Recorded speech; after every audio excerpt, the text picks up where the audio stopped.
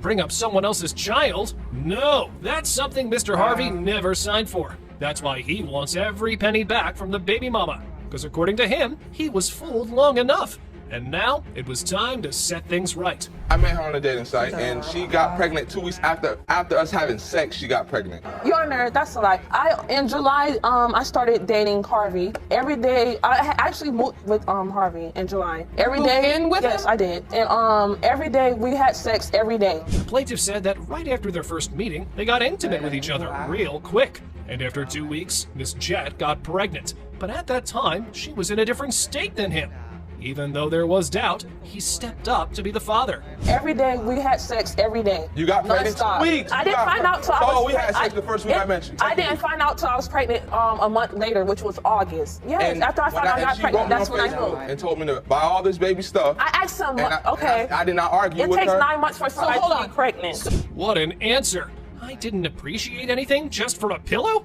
Then the plaintiff told the judge that when she got pregnant, she was involved with someone else and had tagged another dude on the baby's pictures on Facebook, to which Miss Jet gave a confused explanation. I put a picture of my daughter on Facebook. Yes, and that right there where the arrow is, that's the dude name who she tagged in the picture. She claimed that the dude out of nowhere tagged himself in it. He tagged himself in and she the doesn't know who he picture is. by himself, and I never met him. I actually wrote the dude and I said, hey, my daughter dad thinks that you're her father because you tagged yourself in the picture. And he said, oh, I'm sorry. People don't tag themselves by mistake. Seems a faulty explanation. Then, the plaintiff showed evidence that he paid $100 to Miss Jet multiple times, but she denied that he had just done it once. Next, the defendant shared a completed graph of the baby's expenses to shut him up for his money demand. He's suing me for $500. Her diapers is a little less than what he's suing me for. And plus her feeding is double that. I'm suing you for what I got a receipt for. I provide all these things by myself. You provided, the state provided. I'm telling you. The feeding alone the state provides. She get weak. The state provide all that. The state provide all that. Then, the plaintiff shared that Miss Jet was not innocent at all. But she'd been shady again when she told him of another pregnancy. And he checked her phone and read a message that she had asked another dude to pay for her abortion. But the defendant denied it.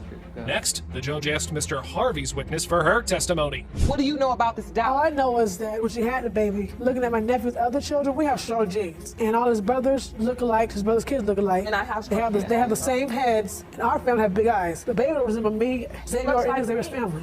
His children look just alike from different moms. Everybody looks like the Harveys or the Heisman. Baby has no genes of us at all. They always bring in the strong gene argument into their testimonies. But this one is a strong one, as she mentioned lots of it. Next, the judge straight away jumped to ask the defendant's witness to give her testimony on this matter. But this led to some arguments between both parties. He called me and told me that Shardasia was pregnant. I didn't meet. No, he hadn't met me, but you called me and told me my daughter is pregnant. I shouldn't worry about you leaving. I did not know Miss Kim until after the baby was born. No, you didn't know me. I didn't know her. I just met Shardasia. She didn't tell me. Now we have some lies that can add confusion. After their arguments, the plaintiff was throwing words in the air just to come up with a good argument, but he failed. So the judge asked him why he turned his back on Miss Jet, and he gave more explanations. I stopped seeing the babies because she had threatened my life, you know what I'm saying? And I don't know her, and I got other kids, and I wasn't gonna go through that. I told her, I said, you know what? Just go through child support, and if it's mine, then I will be there, and I will do everything. Carelessness and lies often make you end up in situations like these. Both parties were ignorant, but there wasn't a moment of love and care for the baby. Seeing this behavior, the judge only read the results to settle things back at their place. Mr. Harvey, you are not her father. Miss Jet, you so diplomatic now. And I asked you, could there be anyone else? And you said no, and then as soon as I read the result, you went straight into politician mode. Now, this is one for the record books. You hardly ever come across cases where a whole grown woman comes into court to prove that her father is her father. And that's exactly what 55-year-old Miss Holshoe is doing today. You say Miss Holshoe is dragging your father's name through the mud, and there is absolutely no way she is related to you. Is that correct? That is correct, Your Honor. So, Miss Holshoe, why do you believe you're related to the Howard? My mother and Mr. Howard both told me that he was my father, and also family members have also said that I'm his daughter. This is going to be a pretty interesting case. The Howard family wants nothing to do with Miss Holshoe, and they're pretty tired of how she's been dragging their father's name in the mud for so many years.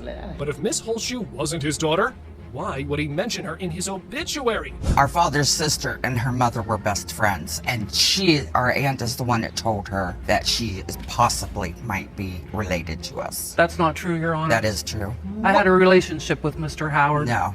Through the years after I found out that he was my father. So, it turns out Miss Holshoe has end-stage cancer, and she just wants answers to a lot of questions in her life. And for that, Judge Lauren thinks it's fair. She asks the Howard sisters if they had ever heard of Miss Holshoe when they were little kids. And this is what they had to say. We went from California. He had us all meet him out at an old country bar. We showed up, and her mother was there. And I'm talking. I don't even remember that. And she's lying, and I'm not a that. If anybody's a that, look over there. You know, what's the big deal if he is my father? So what? I'm talking too. What's the big deal? He's not my father. Is it? All right, ladies, one at a time. Well, the Howard sisters just turned out to be super nasty. When one of them was 19, Mr. Howard introduced all of them to Miss Holshoe and told all of them that this is their sister. But the three of them continue to say that their father wasn't in the right mind, and Miss Holshoe is just a delusional troublemaker. When I was 17, I had moved to California to live with my father. I flew out with her younger sister. I lived there for quite a while, and her name was never, ever mentioned to me. From her mother, from my father, no one. And just to be clear, your mother and father were married. Yes. It's pretty unfair to Miss Holshoe how the Howard sisters keep treating her. The poor lady just wants a little clarity at this point. Looks like there's another Howard sister called Kelly. And looks like that's one Howard sister who's on Miss Holshoe's side. We were out one day, and I was about 19, and he said that he wanted me to meet one of his girlfriends. Okay, I had met several of them before. Thought you said you were 7. No big deal. So we go to Lynn's mother's. He introduces me to her as my sister. You never questioned it? No. And now they start fighting over family reunions. It's a whole mess in the court, with the three Howard sisters yelling at poor Miss Holshoe and calling her a liar. They keep saying she doesn't know anything about the family reunion, when the fact is, Miss Holshoe attended one where they chased her out by calling her nasty things. If we wanted to beat you up, we would have done it. And I asked last You did it because your dad told you. Listen. I know one thing. You all might not be sisters, but you're acting like it. I was not. She bulldozed in. Nobody asked her to come. I'm his didn't even know daughter. she When was you not say she there. bulldozed, what do you mean? What did she push her way through? Row. Miss Holshoe just looks devastated. She just wants to know if Mr. Howard was her father, and if he wasn't, it'll be a huge blow to her, because that means that both he and her mother lied to her. The only way to make the sisters stop yelling is to finally read out the DNA results. It has been determined by this court that the probability of half-siblingship between Diana Howard and Misty Lynn Holshoe is 98.1%. The most idiotic moments on Paternity Court. He's a snake. He's doing the same thing to my daughter. You know, don't even Mr. Wilson, you are not the father. Told you. I'm not the daddy. Oh my gosh, that's crazy. That's not crazy. Is that Ryan? Yeah, she's not my baby. It looks like Miss McCrory just can't get enough of Paternity Court, as she was back, claiming that Mr. Gino Bailey, the defendant's deceased ex-husband, fathered 3-year-old daughter Nevaeh. However, her lover thinks she was putting back the whole show, just to milk money out of them. This is the proof of the survival benefits that my daughter. I'd like to see that. Well, the thing is, I believe I have every right to the money. Because if he's the father of her, I know 100% he is, and he should support her. No, looks like the plaintiff wasn't hiding her intentions at all. It's about the green. Which brought us to the fact that why didn't a Michigan woman get a DNA test before he died? And instead asked for it after just 2 days of his passing.